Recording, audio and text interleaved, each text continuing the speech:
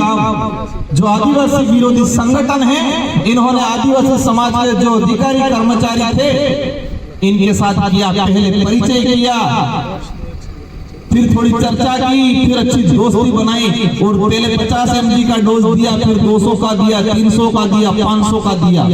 और जो 500 mg से ज्यादा डोज जिस कर्मचारी नेता ने ले लिया है वो आज कट्टर बन के बैठा हुआ उधर, और आपको कह रहा होगा ये लोग आज आए हैं गुमराह करने वाले लोग।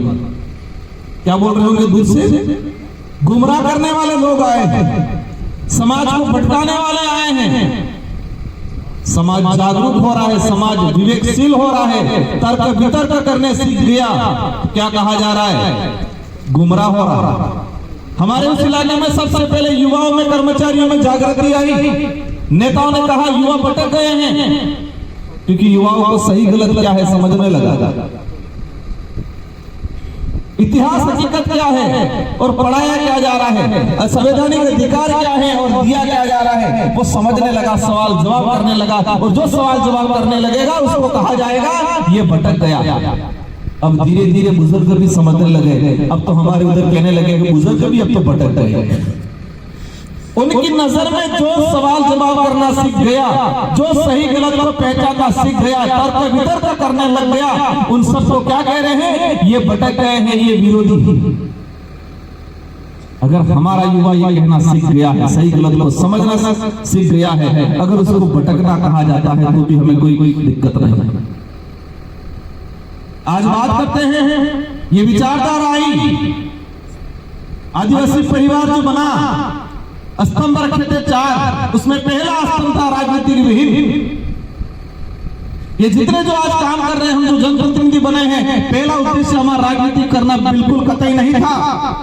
लेकिन प्रशासन ने परेशान किया, हमें प्रताड़ित किया, मुकदमे दर्ज किए। पता चला ये कौन कर रहा है? पुलिस वाला कर रहा है। पुलिस वाला किसके कहने से कर रहा है? सरकार के कहने से कर रहा है। सरकार में कौन है? हमारा ही नेता है। तो उसी नेता की कुर्सी छीननी पड़ेगी, ये ठान लिया सबने। और उसी समय से सबने ठान लिया कि जो हमें परेशान करवा रहा है, उस परेशान करने वाले को परेशान करने लायक ही नहीं छोड़ना है, उसको लोकतंत्र की ताकत समझानी है। अब गुजरात में बता रहे थे 27 विधायक हैं।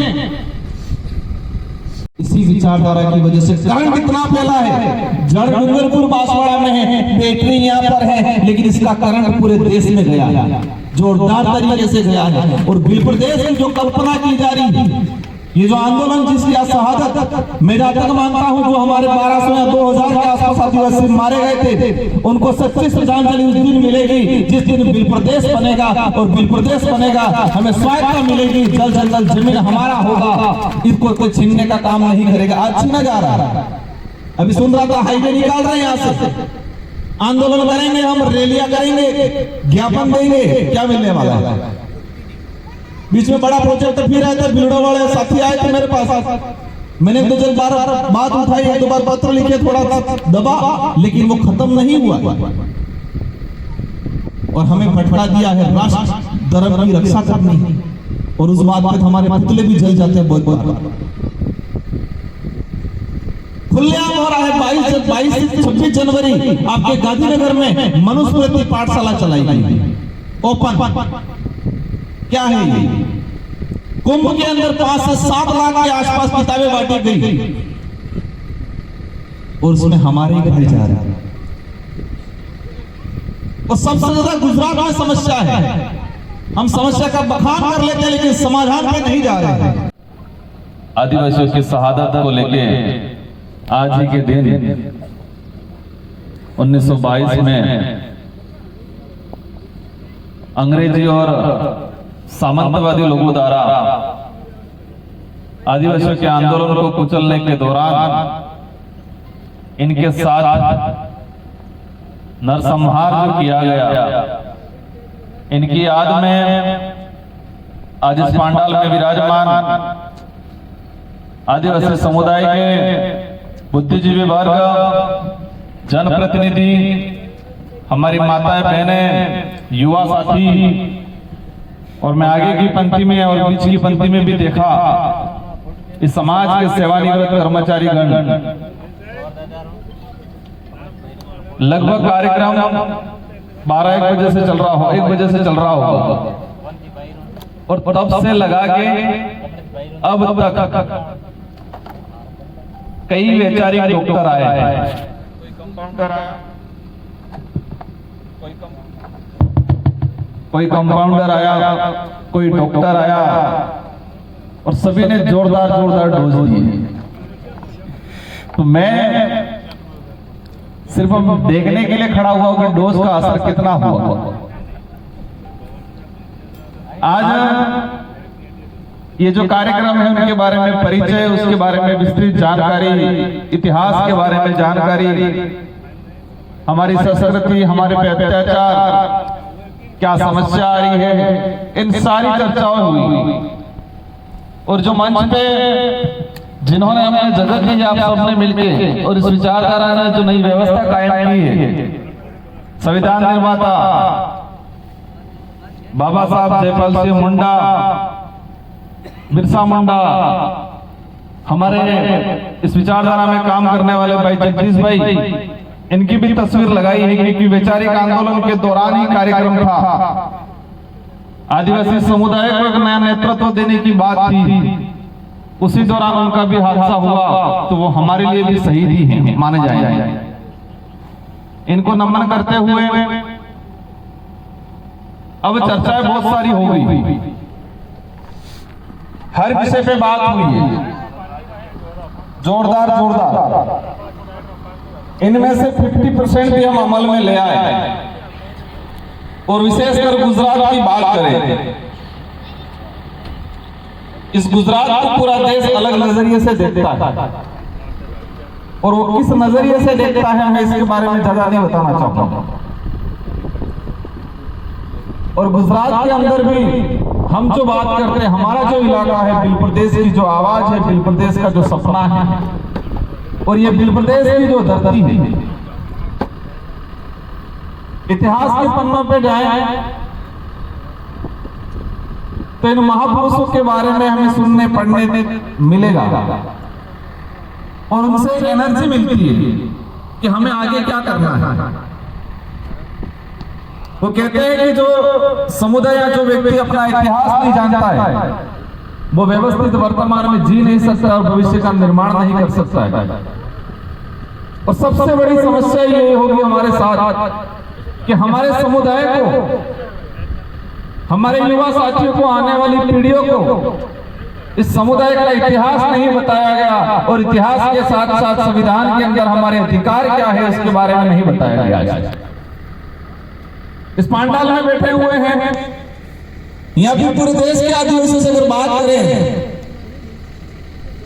5000-6000 साल पुरानी जो काल्पनिक बातें हैं, इनके बारे में पूछ लेंगे, एक कड़ी बता देंगे, एक कड़ी। लेकिन पाल गढ़वा का ही इतिहास यहाँ से 50 किलोमीटर आगे जाके पूछेंगे तो किसी को नहीं पता। बिरसा मुंडा का इतिहास किसी को नहीं पता, मानगढ़ का इतिहास किसी को नहीं पता। हम शिक्षा की बात करते हैं, मैं भी कई बार जोर देता हूँ, शिक्षा हमें बहुत जरूरी है। वकील साहब भी बता रहे थे, ताराराम जी भी बता रहे थे। इसके बारे में भी गहनता से अगर सोचते हैं तो ये विचार आते हैं कि शिक्षा कौन सी शिक्षा, और आज का जो अभिभावक है बच्चे पे विशेष करके फोकस कर रहा है कि इसको एजुकेशन मिले, और वो एजुकेशन इसलिए दिलाना चाह रहा है कि वो नौकरी लगे। और जो पाठ्यक्रम है हमारा लगाया जा रहा है, गुजरात गवर्नमेंट का पाठ्यक्रम देखो, सेंट्रल का देखो, राजस्थान का देखो, आज से 200 साल पुराना इतिहास उसमें नहीं पढ़ाया जा रहा है, उससे 6000 साल पुराना काल्पनिक बातें ज्यादा पढ़ाई जा रही है। अब हमें किस शिक्षा की बात करनी है? हमें नौकरी लगने के लिए, हमें अपना जीवन निर्माण करने के लिए जो पाठ्यक्रम है उसको तो पढ़ना है, लेकिन हमारे जो पारिवारिक जो शिक्षा थी, जो समाज में मिलती है, जो परिवार में मिलती है, उस शिक्षा पे विशेष बात करनी पड़ेगी। पहली कड़ी वो, अगर व्यक्ति नौकरी लग गया, उसको पारिवारिक और सामाजिक शिक्षा नहीं है, उसकी जानकारी नहीं है, उसकी परंपरा, उसके रीति रिवाज, उसकी संस्कृति का अगर जानकारी नहीं है, वो आईएएस भी बन जाएगा, लेकिन शायद अपने समाज का नेतृत्व नहीं कर पाता। ताराराम जी कह रहे थे आपने जिला संभाला, समाज संभालना है बहुत डिफिकल्ट मामला है। समाज को समझना सबसे बड़ी जरूरी है संभालने से पहले। तो सामाजिक एजुकेशन, पारिवारिक एजुकेशन सबसे ज्यादा हमारे बच्चों को जरूरी है।